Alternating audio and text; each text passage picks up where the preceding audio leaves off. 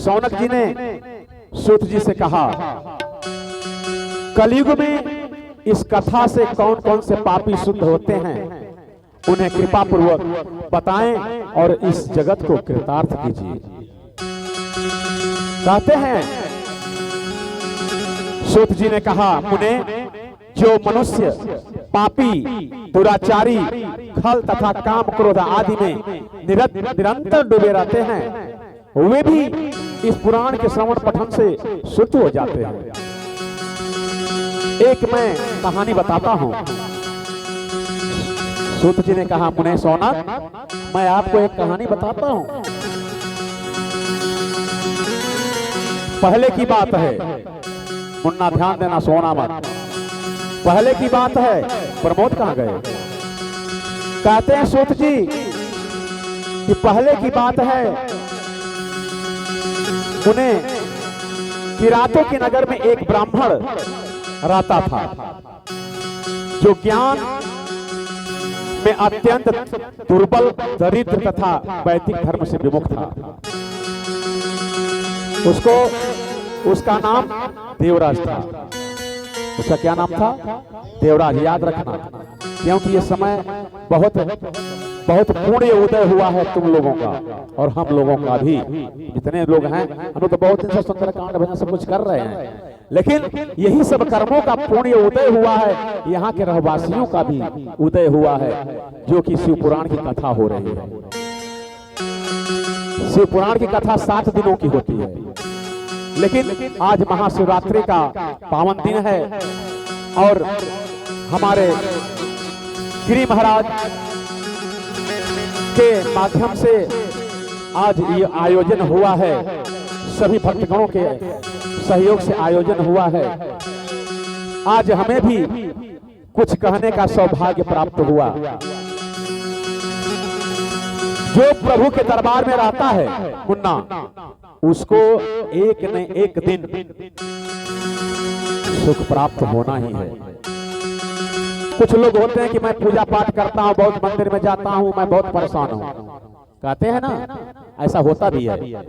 क्यों होता है? इसलिए होता है कि इंसान के पूर्व जन्म का जो दुष्कर्म है, जो पाप है, उसका पीछा नहीं छोड़ता। जब धर्म कर्म हम करते हैं तो धीरे धीरे वो नष्ट हो जाता है, क्योंकि पुण्य बढ़ जाता है। जब पुण्य बढ़ जाता है तो पाप का अंत हो जाता है, और जब पाप का अंत हो जाता है उस समय चक्रवर्ती जी, इंसान को वो सुख मिलता है जो दुर्लभ होता है। वो सोच भी नहीं सकता कि मैं ये कर सकता हूं। इसका प्रमाण मैं खुद हूं। मैं अपने जीवन में ये नहीं सोचा था कि मैं शिव पुराण की कथा कहूंगा मुन्ना, लेकिन भगवान भाव में लगा रहा, प्रभु के चरणों में लगा रहा, भक्ति भाव में लगा रहा, सत्यनिष्ठ से लगा रहा, भाव से लगा रहा। आज उनकी कृपा है जो कि कुछ बोल पा रहा। जय हो हर हर महादेव। प्रेम से बोलिए भोलेनाथ की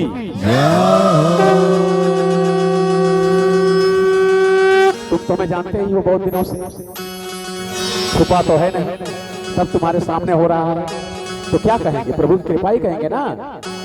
मैं तो वही परमानंद हूं ना, जो पहले था, आज भी हूं, लेकिन आज प्रभु की कृपा से शिव पुराण की कथा कह रहा हूं।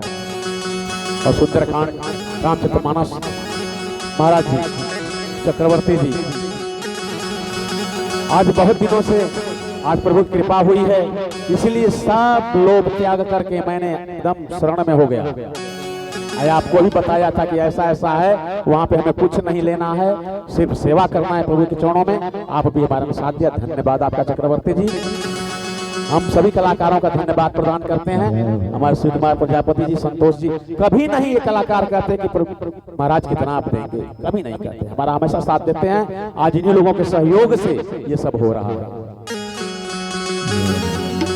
तो एक बार जोरदार हमारे कलाकारों के लिए ताली बजा दीजिए, जोरदार। सूत जी कहते हैं कि सौनक जी, मैं आपको एक कथा बता रहा हूं, कौन कौन से पापी करते हैं। थोड़ा शिव कुमार जी का मोबाइल आप ले लीजिए और इधर करते रहिए। कहते हैं सूत जी, सौनक जी,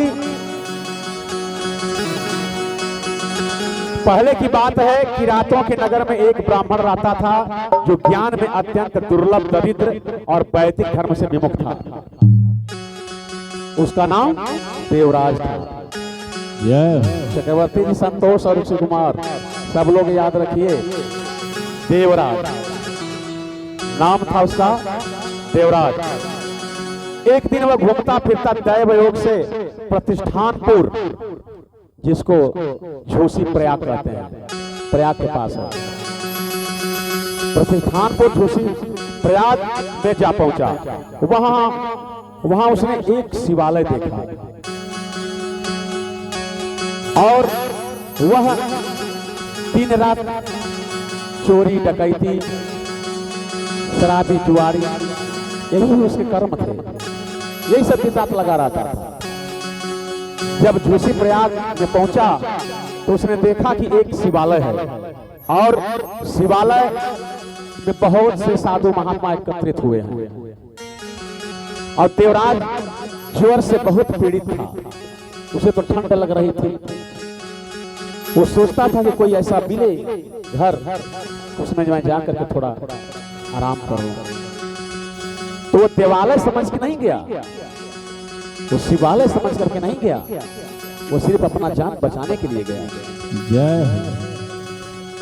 और जब वहां गया तो वहां एक शिव पुराण वेत्ता, कथावाचक ब्राह्मण शिव पुराण की कथा सुना रहे थे।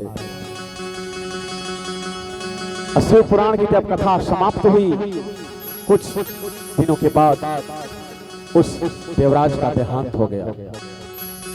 अब जब देहांत हो गया तो वो तो पापी था। तो यमराज के दूत सब आए और उसको नागपाश में बांध करके ले जाने की तैयारी करने लगे। तभी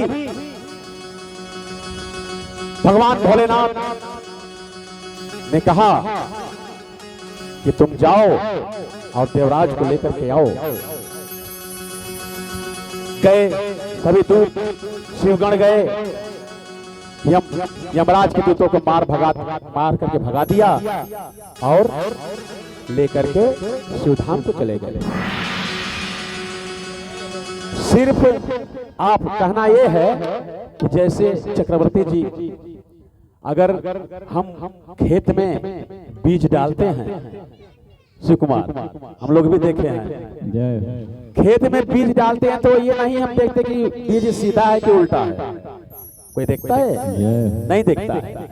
लेकिन फिर भी धरती माँ उसको अंकुरित करती है, आता है ना धरती के ऊपर, चाहे सीधा हो चाहे उल्टा हो। उसी प्रकार से भगवान भोलेनाथ के मंदिर में, उनके चरणों में जो भी आता है, चाहे दुष्कर्मी हो, चाहे अच्छा हो, चाहे जो भी हो, उस बीज की तरह है, चाहे उल्टा जाए चाहे सीधा जाए, उसकी मुक्ति निश्चित है। तो प्रेम से बोलिए भोलेनाथ की। आइए भोलेनाथ के भजन में सभी भक्तगणों ताली बजाएंगे और उनके नाम का जप करेंगे। हर भोला भोला भोला हर हर हर शिव शिव शिव हर हर हर भोला भाई अशोक भोला भोला हर शिव हर हर शिव शिव हर हर